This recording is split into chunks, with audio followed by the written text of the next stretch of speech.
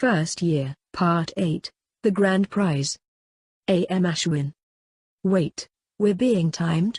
Alice asked. The twins said nothing about being timed.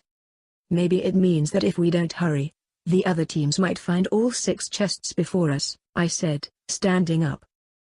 But where is the attic? Lily asked as we began to make our way upstairs. It's at the end of the hallway, Jugson said. The one with that creepy little girl standing at the end. I saw a door above her head.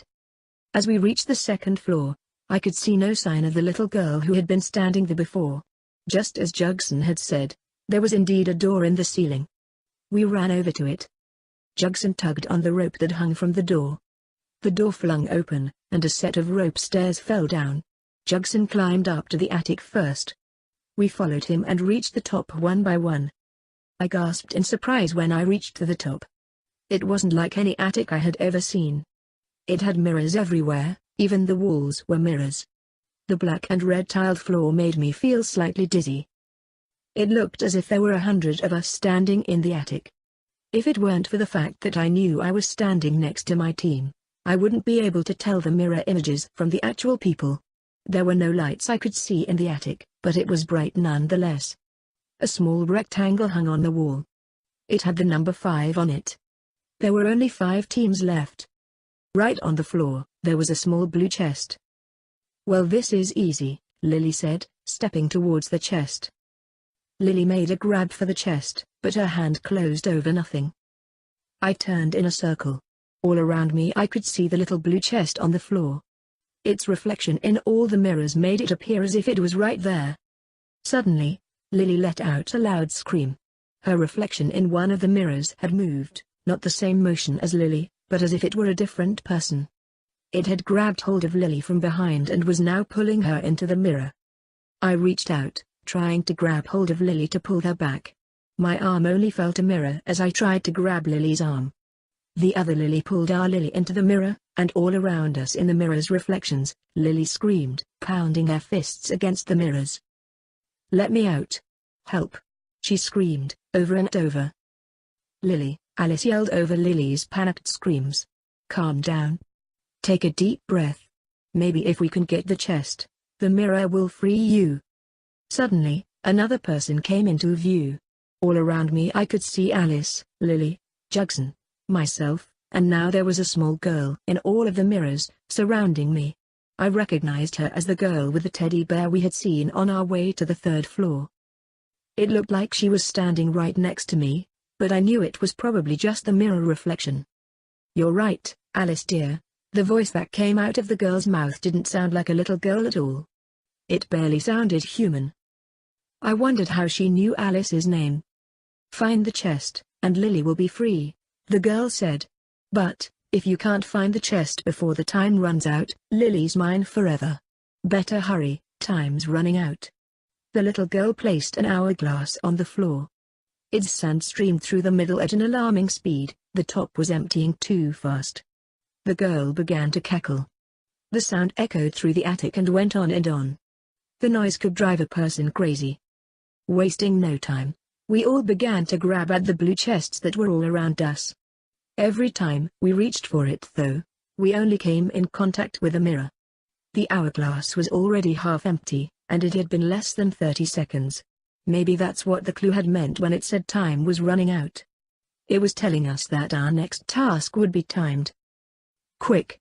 Alice shouted. Although it looked like 100 Alices were standing right next to me, her voice came from across the room, not near me. "We need to break the mirrors so they won't reflect the chest. That way we can see where the actual chest is." From across the room, I heard a mirror shatter. I looked over and could see Alice standing in its outline. I knew it was the real Alice because she stood where the mirror had been, so it couldn't be a reflection. Following her example, Jugson and I began to rapidly kick mirror after mirror, breaking them into 100 pieces. I looked at the timer and could see the last grains of sand falling to the bottom. I felt a wave of disappointment and fear run through me. "I found it!" Alice exclaimed happily. As soon as I heard her say this, every last mirror shattered, leaving only the 4 of us and the little girl standing in the room. The girl had stopped her mad cackles and now glared over at Alice, who held the small blue chest triumphantly in her hands. "You," the girl said, pointing an accusing finger at Alice. Before any of us knew what was happening, the little girl jumped onto Alice, clinging to her with her arms and legs. She opened her mouth and bit down hard on Alice's shoulder. Alice screamed and tried to pry the girl off of her, but the girl didn't let go. I pointed my wand at the girl and cast the knockback jinx. The girl went flying across the room and hit the wall, hard. She slid to the floor, leaving a trail of blood where her head had smashed against the wall. She lay still, unmoving. Had I killed her? I felt sick at the thought. Quick, Lily rushed to the door. We didn't need her to finish to know to follow her. We all scrambled down the rope ladder. I glanced over my shoulder as I climbed down after the others. The girl was moving, starting to get up, and I felt relieved I hadn't killed her. I spotted the rectangle picture frame hanging on the wall. The number was 3. No sooner had I reached the bottom than the little girl above us began to scream in rage. I could hear little feet running towards us. We all darted over to the stairs, away from the attic. We made it to the stairs just as the girl jumped down from the attic and ran down at full speed. The little girl didn't follow us. When we reached the bottom of the stairs, we all sat down to catch our breaths. I looked down at Alice's shoulder. It wasn't bad, but there were bite marks on her skin, and it was bleeding slightly. I pointed my wand at her shoulder and muttered a healing charm. "Thank you," Alice said as her shoulder wound vanished. Alice opened the small green chest in her lap and took the puzzle piece out and the short note. Handing the puzzle piece to Lily, she began to read the little note. "Go outside, look underground, in the place Agible lies. There the last chest can be found. Read Alice." "The graveyard," Jugson said. "We need to find a tombstone with the name Abigail on it and dig it up." Without asking any questions, we quickly made our way to the main doors. Alice opened them, and we all stepped out into the cold night. The bright moon above lit the graveyard, and in the moonlight, I could see 6 dark figures walking around the graveyard, their wands lit and pointed at the tombstones. "We're the last 3 teams," I said, realizing what this meant. That means whichever team finds the tombstone first, wins. 4 of the dark figures had stopped for a moment when they spotted us. I squinted, and could slightly make out their costumes. If I wasn't mistaken, there was a Death Reaper, a clown, a skeleton, and a ninja. I recognized them from earlier and remembered who they were. Lily seemed to realize at the same moment I had who they were. "Potter," she gasped. "It's Potter's team. Quick, start looking." Lily wasted no time. She ran down the steps and lit her wand, pointing it at tombstone after tombstone, frantically looking for the right one. James Potter and the others boys in his team continued to search. The group of 2 also searched the gravestones, wands lit. I muttered Luma's charm and pointed my wand at a near tombstone. I didn't bother looking at the dates they had died, I just looked at the names. "Edward," I muttered under my breath as I searched the tombstones. "Neil, Jane, Carrie." I went from tombstone to tombstone, but none of them I passed had the name Abigail on it. After a few minutes of searching, a cloud suddenly covered the moon, and it was pitch black besides the light of our wands throughout the yard. The graveyard was huge, leading all the way to some woods behind the house. There were probably hundreds of tombstones around here. I couldn't see everyone in the graveyard, only the wand light of 3 people all in different areas. The rest were probably in the woods or on a different side of the house. The 10 of us were scattered throughout the graveyard, looking frantically for the correct tombstone. I suppose that the team with only 2 people probably wished they had 4 right now to help them search. If I were the twins, where would I place a tombstone with a treasure chest beneath it? I wouldn't put it among all the other ones. I looked around me, scanning for an area with only 1 tombstone. It was so dark though that I couldn't see much of anything. As if the moon was reading my thoughts, a small part of it suddenly appeared. It shone down in the graveyard, but then a cloud quickly covered it back up again. No one else seemed to notice, but I had. The moon had shone on only one area of the graveyard. It had cast its light on a tree. A single tree in the graveyard. That couldn't be a coincidence, could it? I made my way over to the area it had shone on, not bothering to check the names on the tombstones I passed. As I reached the tree, I felt disappointed at what I saw. A single swing hung from one of the tree branches, but there were no tombstones in sight. Before I left, I shone my wand on the swing and gasped in delight. Abigail Thorne was carved in large letters on the piece of wood for the swing, and under the swing was what looked to be a freshly dug hole. I don't know how I hadn't noticed it at first. I looked at the ground in thought. How was I supposed to dig a hole without a shovel? I felt a hand on my shoulder and spun around in surprise, my eyes widening in fear. The skeleton boy stood behind me. It was one of the boys from Potter's team, but I didn't know which. Had he realized I had found the chest and planned on getting at it first? "Sorry," I heard the boy say from behind his mask. "Remus?" I asked. "Yeah," he said, "sorry to frighten you. How do you know who I am?" "I'm Gryffindor, remember?" I asked. "Everybody knows your group." "Right," he said awkwardly. "I guess I wasn't the only one who noticed the moon thing," Remus said, glancing at the swing and the freshly dug grave below it. We both stood there in silence for a moment. "So," I said after a moment. "Now what?" "You found it fair and square," Remus said, taking a step back. "It's all yours." "Really?" I was a little surprised. "You're not going to try to steal it or anything?" "Of course not," Remus said, "I would never do that." Remus took a step toward the tombstone. "Do you need any help digging it up?" If it had been any of the other boys, I would have declined. "Yes, please," I said. "That would be great. Thank you, Remus." "How are we supposed to dig it though, without any shovels?"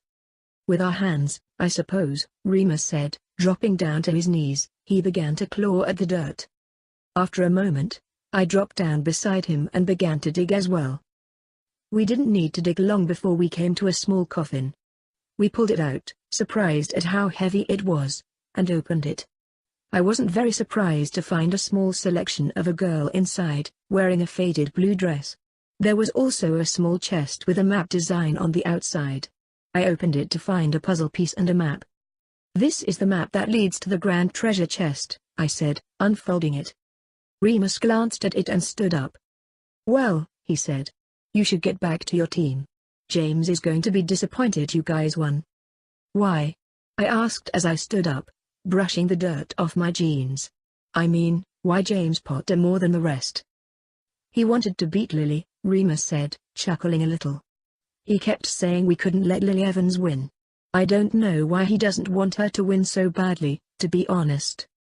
I glanced down at the map in my hand and sighed resignedly. "Lily wanted to win James Potter too," I said. "I don't think we should let one of them win. It will only cause more fights between the two because the other won.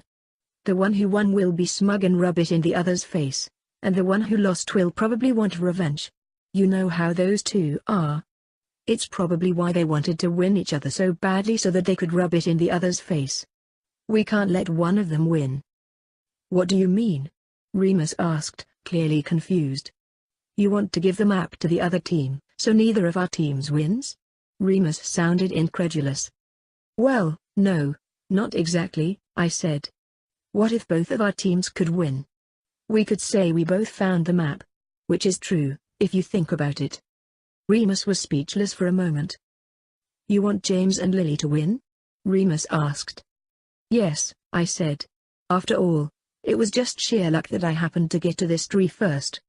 We both understood why the moon shone on it, and we were both on our way here. It's only fair both our teams win." But, Remus seemed a bit speechless. "Come on," I said, tugging him in the direction of the lights. "You find your team, and I'll find mine. Then we'll find the grand prize together. Just tell them that we both found the last chest. Which isn't a lie." We did. Remus still seemed speechless, but snapped out of and left to get his team.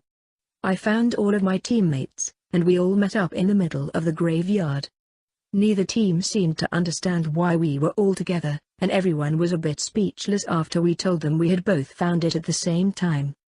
"Why didn't you snatch it and make a run for it?" The boy in the Death Reaper's costume, who I recognized to be Sirius Black Voice, asked Remus incredulously. "Sirius," Remus sounded chiding. "You know full well that would be unfair. Sirius seemed about to argue, but I interrupted. "Let's go find the grand treasure chest, shall we?" As we followed the map that led us back inside, the whole crowd of Gryffindor students waited inside to congratulate the winning team. Apparently, once the students got into the game room, they could watch all of the teams on these big screen things. The strange, magical things that reminded me of a mole camera, but definitely weren't cameras, were set up in every room. They were also set up outside, but only on the front porch. The students hadn't seen or heard the exchange between Remus and me, and they didn't know who won. Everyone was surprised when they heard that both teams had won. We followed the little map that led into the kitchen area. The students followed behind but weren't able to enter the kitchen when the map led us to it. Only we, the two teams, were able to enter. Under the sink, we discovered an enormous treasure chest. The treasure chest had 2 keyholes, as if it had somehow known that 2 teams would win. Lily took out the key and placed it in one keyhole, and James produced the other key. Upon opening it, we all gasped in delight. There was a little bit of everything in the chest, something each of us wanted. There were books, some very rare, which Lily and Remus quickly claimed. There was gallons, sickles, and nuts, all wizarding money, which we split between us all evenly. But James and Sirius weren't interested in the money. They were interested in the pranking gadgets. I heard James say something about the pranking items having come from Gamble and Jape's Wizarding Joke Shop in Diagon Alley, and wondered how the twins had gotten into Diagon Alley. There were girly accessories, like jewelry and hair items, which Lily, Alice and I all split amongst ourselves. There were Quidditch supplies and Quidditch books, which the boys and Alice took. There were all different kinds of tea and powdered drink mixes, which most of us split between ourselves. There were unique writing quills and writing supplies that Remus and Lily found fascinating. There were all kinds of candy and treats. We were able to stuff our pockets and fill some bags with the sweets, and still, the chests overflowed with more. There were winter accessories, like gloves, scarves, hats and some sort of warming bags. What fascinated me though were the bottles of potions in the chest. There were random potion ingredients, some I noted were quite rare, and there were potions that were already made into something. There were healing potions, pranking potions, love potions, and lots of other ones. There was even some polyjuice potion, already made in a small vial. I wondered who it would change you into. I got hold of as many of the healing potions and ingredients as I could. The boys instantly took anything that had to do with pranking, but I noticed that Remus also took some healing potions. I wondered if, like me, he was also interested in becoming a healer. By the time we had gone through the whole chest, everybody had something, and there was a bare minimum of arguments about who got what. There was enough stuff in the chest that nobody needed to fight over anything. We put the prizes from the chest into large bags. The bags had also been in the chest. There were 10 of them. The bags were charmed to stay light so that no matter how much stuff we put in them they were still easy to carry. When we were done going through the chest, all that was left was candy and treats. The boys dragged the chest to the kitchen so all the students outside the doorway could get some candy from it. After that, the twins loudly congratulated the winning teams, shaking each of our hands and declaring that to win, we had to be true Gryffindors, through and through. They said that we had to be loyal, brave, daring, adventurous, chivalrous, and had to work as a team to win. I understood a few things then. Like why the bedroom door had opened when I had refused to leave Jugson. Well, Frank, we had to show loyalty to get it to open. The twins then announced that it was time to take off the masks. Everybody was supposed to reveal their identity. The students unmasked their faces, and there were gasps of surprise and laughter as everyone revealed who they were. Everyone was particularly interested in seeing who the 2 teams that had won were. So, one by one we took off our masks. James Potter, Sirius Black, Peter Pettigrew, and Remus Lupin took their masks off, and James and Sirius bowed to the applauding crowd. The crowd clapped thunderously and clapped them on the back, congratulating them. My teammates quickly took off their masks too. I watched as Lily and Alice take their masks off, and immediately a group of girls rushed to them, talking excitedly. Jugson took off his mask next, and I gasped in surprise. It was Frank. Jugson was Frank Longbottom. He cast a counterspell on his voice, and it immediately changed back into his own. "Frank?" I asked in surprise, a huge smile plastered on my face. Frank looked at me a bit confused. "Do I know you?" he asked, scratching his head. I quickly cast the counterspells and removed my mask as well. Everyone gasped in surprise, including Frank. The whole hall grew silent. My smile slowly faded. No one congratulated me like they did the others. Everyone seemed shocked I was on the winning team, and it hurt. Whispers began to spread throughout the crowd, and I wanted to disappear into the wall. I didn't though. I held my head high, and started to speak to Frank, pretending the others weren't all gaping at me. After a moment, the sounds of all the students started back up. A few students congratulated me, including Remus Lupin. I had never thought that after I had won, they still wouldn't accept me. I had foolishly thought that somehow, someway, everyone would see how normal I was if I won the treasure hunt with the rest of my team. That they would see that I wasn't something to be feared, or looked at funny, that I wasn't a freak, that I wasn't damaged. I had been wrong. It didn't change anything. "Alexa," Frank said, his mouth still hanging open. "I never would have guessed. I truly thought you were a boy." I smiled at him. "I never would have guessed you were Jugson," I said. "Your voice was completely different, and you were shorter, and your hair is a different color." Frank laughed and pulled off his blonde wig. "I guess we both had the same idea," he said. "Dress as a pirate and change some other details." "I'm so happy we won," I said. "We had the best team." "Definitely," Frank said, popping a lemon drop from his bag of goodies into his mouth. "Any team that has you and me together is guaranteed to be a winning team." I smiled at that, and Frank and I looped arms, walking over to the game room. For the remainder of the night, we played games and ate candy. Towards the end, we all sat in a dark room, listening to others take turns telling scary stories and then screaming, making everyone jump and laugh. A few of the students did congratulate me, but not most. Alice smiled at me warmly and said she was glad I was on her team. Although most of the students' view didn't change about me that night, Alice's had. She had been with me the whole time, and that seemed to change how she perceived me. After that night, Alice no longer thought I was weird, or scary. Although we didn't become best friends or anything, Alice was much nicer to me. She never ignored me or avoided me. She would occasionally invite me to sit with her at meal times when she didn't sit with her friends, or she would sit with Frank and me sometimes. Lily, Alice and I, now were able to have conversations when we were all in our dormitory. There weren't awkward silences between us. The two other girls in our dormitory didn't participate in any conversations when I was included, but I didn't really mind. I had thought that maybe Remus Lupin and I would become friends after Halloween night, but besides smiling at me kindly, Remus never tried to talk to me or befriend me. In fact, I noticed that Remus didn't try to befriend anyone, ever. The only friends he had were James Potter, Sirius Black, and Peter Pettigrew. I found this quite strange. Many of the students liked Remus Lupin and would have been his friend in an instant. He was one of the nicest boys in the school, and everyone seemed to like him. And yet, he wasn't really friends with anyone besides the three other boys. Besides Alice talking to me more frequently, me winning the treasure hunt had done nothing for me regarding the other students. Author's note. What did you guys think about this chapter? Smile. I love the Marauders. Seriously, they're my favorite fictional characters in the world. I've read so much about them, hundreds of fanfics out there, and I've looked at all the fan art of them on the internet. I know, I'm a total fangirl. But I can't help it. If I'm ever feeling down, merely reading a fanfiction about them puts me in a good mood. Can anybody relate, or is it just me? I love Harry Potter fanfiction, but 90% of it I've read is from the Marauders era.